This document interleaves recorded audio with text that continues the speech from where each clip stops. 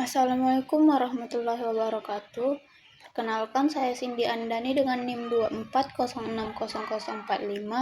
Sini saya akan menjelaskan mengenai materi bab 12 pada buku Menq, yaitu ekonomi terbuka revisi model Mandel-Fleming dan sistem nilai tukar.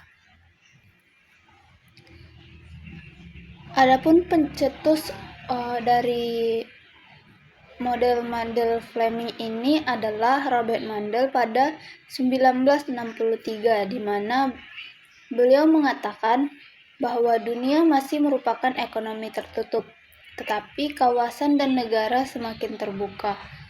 Iklim ekonomi internasional telah berubah ke arah integrasi keuangan. Nah, adapun bahasan topik pada materi ini yang pertama adalah model Mandel-Fleming, kurva IS dan LM, nilai tukar mengembang, nilai tukar tetap, kebijakan fiskal, kebijakan moneter, kebijakan perdagangan. Mengapa ekonomi terbuka itu penting? Yang pertama, karena kebijakan memperhatikan dunia, di mana dalam kebijakan moneter dan fiskal, pembuatan kebijakan tidak bisa hanya melihat dalam negeri, tetapi juga kondisi dunia.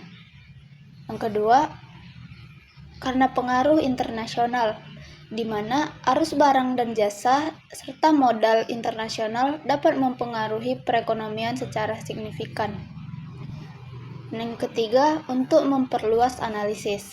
Seperti pada bab ini akan memperluas analisis permintaan agregat dengan memasukkan perdagangan internasional dan keuangan. Adapun kesimpulannya, model Mandel-Fleming membantu memahami perekonomian terbuka dengan menggabungkan pasar barang, pasar uang, dan sektor luar negeri, di mana dengan asumsi ekonomi terbuka kecil dengan mobilitas modal sempurna menyederhanakan analisis. Kita masuk pada subbab 12.1. Inti dari konsep model Mandel-Fleming. Adapun di asumsi utamanya yaitu ekonomi terbuka kecil, yang dimana negara kecil tidak mempengaruhi harga dunia, suku bunga dunia, ataupun arus barang dunia. Mobilitas modal sempurna, di mana modal bergerak bebas tanpa hambatan, suku bunga domestik dan suku bunga dunia atau R sama dengan R bintang. Dan yang ketiga, harga kaku jangka pendek, di mana tingkat harga dianggap tetap dalam jangka pendek. Yang terakhir adalah dua sistem nilai tukar. Model membandingkan nilai tukar mengembang atau floating dan nilai tukar tetap atau fixed. Dua persamaan intinya yaitu pada pasar barang yaitu kurva IS, Y sama dengan C dalam kurung Y dikurang T ditambah I dikali R bintang ditambah G ditambah N dikali E. Keseimbangan pasar, pendapatan Y sama dengan konsumsi, investasi, belanja pemerintah, dan ekspor neto. Sedangkan di pasar uang dengan kurva LM, M per P sama dengan L R bintang, Y, di mana keseimbangan pasar uang, penawaran uang real atau M per V sama dengan permintaan uang pada suku bunga dunia atau R. Kita masuk pada kurva IS dan kurva LM. Kurva IS yang merupakan bergerak di pasar barang dapat kita lihat di mana nilai tukar naik, net ekspor turun, pendapatan turun, yang mengakibatkan kurva IS akan miring ke bawah. Sedangkan pada kurva LM yaitu di pasar uang, LM berbentuk vertikal karena nilai tukarnya tidak muncul dalam persamaan LM pada R bintang tetap M per V sama dengan L R bintang Y hanya menentukan tingkat pendapatan Y, mengakibatkan nilai tukar tidak berpengaruh. Yang selanjutnya, penurunan grafis kurva IS, di mana pada jadwal ekspor neto, kenaikan nilai tukar dari E ke E2 akan menurunkan net ekspor dari E1 ke E2 yang memicu pergeseran ke kurva IS. Namun, selanjutnya yang terjadi pada salib Keynes yaitu menggeser pengeluaran yang direncanakan ke bawah. Pengeluaran yang direncanakan itu sebelum terjadinya penurunan, dan pengeluaran yang direncanakan setelah terjadinya penurunan, sehingga akan menurunkan pendapatan. Nah, dari salib Keynes akan menghasilkan kurva IS, di mana kurva IS merangkum perubahan keseimbangan pada pasar barang. Model Mendel-Fleming pada keseimbangan IS dan LM. Pada gambar 12.3, yaitu keseimbangan model Mendel-Fleming, menjelaskan bahwa perpotongan IS dan LM merupakan titik perpotongan yang menunjukkan nilai tukar atau E bintang dan pendapatan atau Y bintang yang mengakibatkan itu terjadinya keseimbangan. Yang selanjutnya mengakibatkan pasar barang seimbang, sehingga kurva IS memastikan pasar barang berada dalam keseimbangan pada setiap titik. Yang selanjutnya, pasar uang juga akan seimbang, di mana kurva LM memastikan penawaran dan permintaan uang seimbang pada R sama dengan R bintang, sehingga dua variabel endogen, yaitu model menentukan dua variabel endogen Y yang merupakan pendapatan dan E yang merupakan nilai tukar. Selanjutnya, paradigma 1, sistem nilai tukar mengambang atau floating, di mana mekanisme pada bank sentral akan lepas tangan dan tidak melakukan intervensi di pasar valuta asing, dan mengakibatkan fleksibilitas di mana nilai tukar E akan dibiarkan berfluktuasi secara bebas, sehingga berfungsi kurs bertindak sebagai katup pelepas tekanan atau shock absorber yang menyeimbangkan guncangan. Masuk pada subbab 12.2, di mana nilai tukar mengembang yang merupakan kebijakan fiskal. Adapun hasil dari ekspansi fiskal yaitu G meningkat atau T menurun, di mana G di sini dimaksud adalah pengeluaran pemerintah dan T yang dimaksud adalah pajak, yang mengakibatkan kurva IS akan bergeser ke kanan, sehingga nilai tukar akan naik atau apresiasi, dan pendapatan tidak akan berubah. Seperti pada kurva 12.4, ekspansi fiskal di mana nilai tukar mengembang. Mekanisme kebijakan fiskal. Yang pertama, ekspansi fiskal atau naiknya G dan turunnya Y meningkatkan pengeluaran yang direncanakan.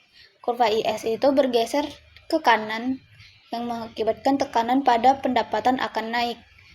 Yang ketiga, suku bunga domestik cenderung akan naik di atas R bintang ketika modal asing masuk. Yang keempat, arus masuk modal mendorong mata uang domestik terapresiasi atau nilai tukar E itu akan naik.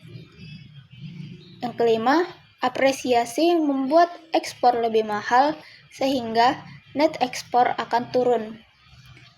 Yang keenam, penurunan NX mengimbangi kenaikan government atau tax sehingga pendapatan kembali ke Y awal. Yang selanjutnya, nilai tukar mengembang pada kebijakan moneter, di mana hasil ekspansi moneter yaitu M meningkat sehingga kurva LM bergeser ke kanan, yang menyebabkan nilai tukar turun sehingga terjadi depresiasi dan pendapatan akan naik. Seperti kita lihat pada gambar 12.5, terjadinya ekspansi moneter yang dimana nilai tukar mengembang. Adapun mekanisme kebijakan moneter yang dilakukan yaitu yang pertama, Bank Sentral meningkatkan penawaran uang yang menjadikan M itu akan menaik. Yang kedua, saldo uang real atau M per P itu meningkat sehingga kurva LM bergeser ke kanan. Yang ketiga, pada R bintang tetap tidak bisa menurunkan suku bunga domestik lebih lanjut. Yang keempat, nilai tukar E turun, mengakibatkan depresiasi mata uang domestik. Yang kelima, depresiasi mengakibatkan barang domestik akan lebih murah, sehingga net ekspor akan naik. Dan yang terakhir, kenaikan net ekspor akan mendorong pendapatan Y sama dengan menaik. 12.2 Nilai tukar mengembang pada kebijakan perdagangan.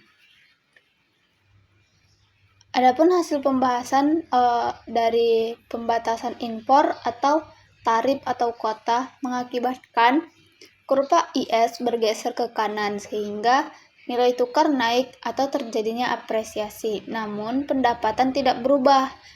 NX juga tidak berubah. Di mana dapat kita lihat pada gambar 12.6, kebijakan perdagangan yang mengakibatkan nilai tukar mengembang. Adapun paradoks kebijakan perdagangan, yang pertama tarif atau kuota impor, itu ekspor neto akan meningkat sehingga kurva IS akan bergeser ke kanan. Nilai tukar naik mengakibatkan apresiasi karena modal asing masuk. Selanjutnya, apresiasi akan membuat modal ekspor itu mahal sehingga ekspor neto akan turun kembali dan pendapatan Y tidak berubah sehingga titik potong LM tetap sama dan ekspor neto akhirnya juga tidak berubah sehingga impor turun, ekspor turun proporsional. Dan yang terakhir, persamaan kunci ekspor neto sama dengan Y dikurang C dalam kurung Y dikurang T dikurang I dalam kurung R bintang dikurang G. Dimana jika Y, C, I, dan G tidak berubah, maka NX juga tidak akan berubah. Paradigma 2, sistem nilai tukar tetap atau fixed, di mana terjadinya komitmen antara bank sentral mengumumkan patokan kurs dan bertindak sebagai pembeli atau penjual valuta asing untuk menjaga kurs tersebut pada tingkat yang telah diumumkan. Selanjutnya, adapun mekanisme arbitrase, yaitu arbitraser akan memborong atau menjual mata uang jika kurs melenceng dari patokan dan menetapkan kurs kembali ke tingkat tetap. Konsekuensi logisnya, penawaran uang M kini menjadi variabel endogen sepenuhnya karena dikendalikan oleh kebutuhan menjaga kurs dan bukan oleh kebijakan moneter yang independen. Ekonomi terbuka dengan nilai tukar tetap atau fixed, di mana sistem nilai tukar tetap itu ketika bank sentral mengumumkan kurs dan berkomitmen untuk menjual atau membeli mata uang asing untuk menjaga kurs pada tingkat yang diumumkan. Contoh kasus A. Nilai tukar keseimbangan lebih besar dari nilai tukar tetap, di mana arbitraser membeli mata uang asing di pasar valuta dan menjualnya ke bank sentral pada kurs tetap, yang mengakibatkan penawaran uang bertambah, sehingga kurva LM akan bergeser ke kanan yang mengakibatkan E turun ke tingkat tetap. Selanjutnya, contoh kasus B, di mana nilai tukar keseimbangan lebih kecil dari nilai tukar tetap. Arbitrator membeli dolar di pasar valuta menggunakan mata uang domestik dari bank sentral, mengakibatkan penawaran uang berkurang sehingga kurva LM itu bergeser ke kiri, yang mengakibatkan E akan naik ke tingkat tetap. 12.3 Nilai tukar tetap, kebijakan fiskal dan moneter. Pada kebijakan fiskal, nilai tukar tetap itu efektif karena ketika ekspansi fiskal, government akan meningkat yang mengakibatkan IS bergeser ke kanan dan tekanan nilai tukar akan naik atau terapresiasi sehingga bank sentral membeli valuta asing dengan jumlah uang yang beredar naik. Kurva LM akan bergeser otomatis ke kanan mengakibatkan pendapatan naik dari Y1 ke Y2. Sedangkan pada kebijakan moneter, nilai tukar tetap itu tidak efektif karena ekspansi moneter mengakibatkan M akan naik sehingga kurva LM akan mencoba bergeser ke kanan.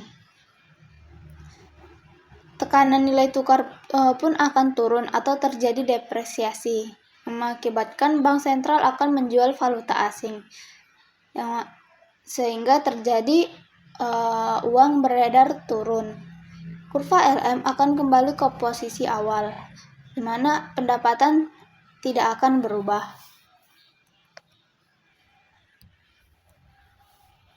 Adapun ringkasan dari efektivitas kebijakan ekonomi terbuka, yaitu kebijakan fiskal ketika government naik atau tax turun. Itu nilai tukar akan mengembang, di mana nilai tukar naik terjadi apresiasi, pendapatan tidak akan berubah, sehingga itu tidak efektif.